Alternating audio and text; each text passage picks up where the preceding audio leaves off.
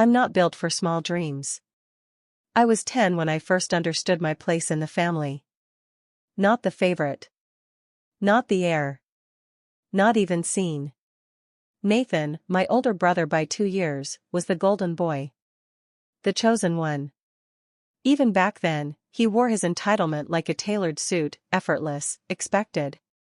He got a B+ on a math test once and there was cake waiting for him that night.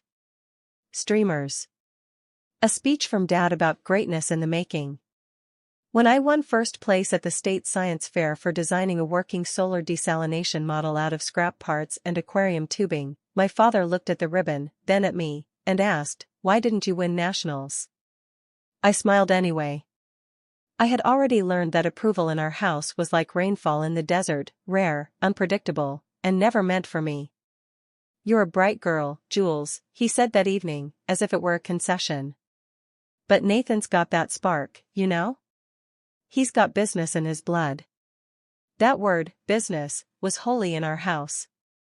My grandfather had started Conway Freight and Logistics with a single rusty truck and a war veteran's grit. My dad took over in his 30s, opened new warehouses, slapped our name on buildings across the tri-state area. "We move what matters," our slogan read. And by we, he meant the men. Nathan was the obvious successor. He had charm, an MBA from somewhere expensive, and the ability to bluff through a board meeting without understanding half the jargon. It didn't matter. He looked the part. He was the part. Me? I was the backup plan. The invisible one. I was told I should go into accounting.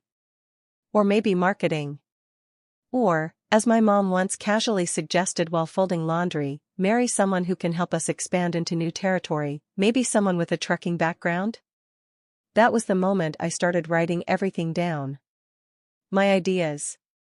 My dreams. My designs for a logistics system that could cut carbon emissions by 30% without sacrificing delivery times. I'd tape maps to the wall of my room and draw shipping routes, imagining how to optimize containers, reduce fuel waste, automate customs clearance. While my brother played golf with Dad and bragged about conquering markets, I was learning Mandarin and studying port congestion patterns in the South China Sea. At 16, I handed my father a proposal I'd written for a tech-integrated green logistics system. It took me 3 months to finish. I color-coded it. I even attached a cover letter. He skimmed it. Didn't even finish. "You think too big," he said, pushing it back across the table. "We're not some Silicon Valley fantasy shop. You've got a good heart, Jules. But you don't understand the real world." That was the moment I stopped showing them my ideas. By 22, I had graduated top of my class in international business, with a concentration in sustainable supply chain strategies. I had been offered 2 job interviews in Singapore and one with an NGO in Rotterdam. But when Dad called to say the family was hosting a celebration dinner for Nathan's transition to leadership, I booked a flight home instead. I don't know why I hoped it would be different. Maybe I wanted to believe that all those years away had changed something. Maybe I thought they'd notice I'd done something worth clapping for. There was no banner. No welcome home. Just Nathan, already wearing a company fleece with the Conway logo on his chest, shaking hands like a CEO while Dad toasted to the next generation of greatness. I waited through the speeches, the toasts, the applause. Then I stood, raised my glass, and said, "I'd love to be part of the transition team. I've got some ideas I think could really help update the system." Dad looked at me like I'd offered to dance on the table. "That's sweet, honey," he said, slicing into his steak. "But this isn't the kind of work for someone with your sensibilities.